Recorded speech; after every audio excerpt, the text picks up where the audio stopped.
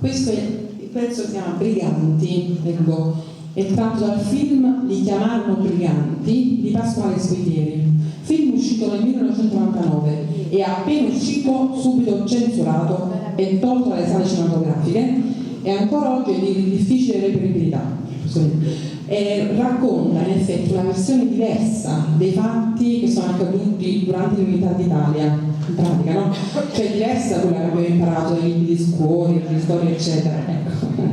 Nel meridione, chiaramente, nel meridione, vengono mostrate tutte le atrocità fatte dall'esercito piemontese nei confronti delle popolazioni del sud e delle insurrezioni di questi che furono etichettate ai piemontesi come briganti. Nel brano è una brigantessa che canta ed esprime tutta la sua angoscia perché sa che con molta probabilità il giorno successivo il suo uomo verrà combattendo per la libertà della sua gente.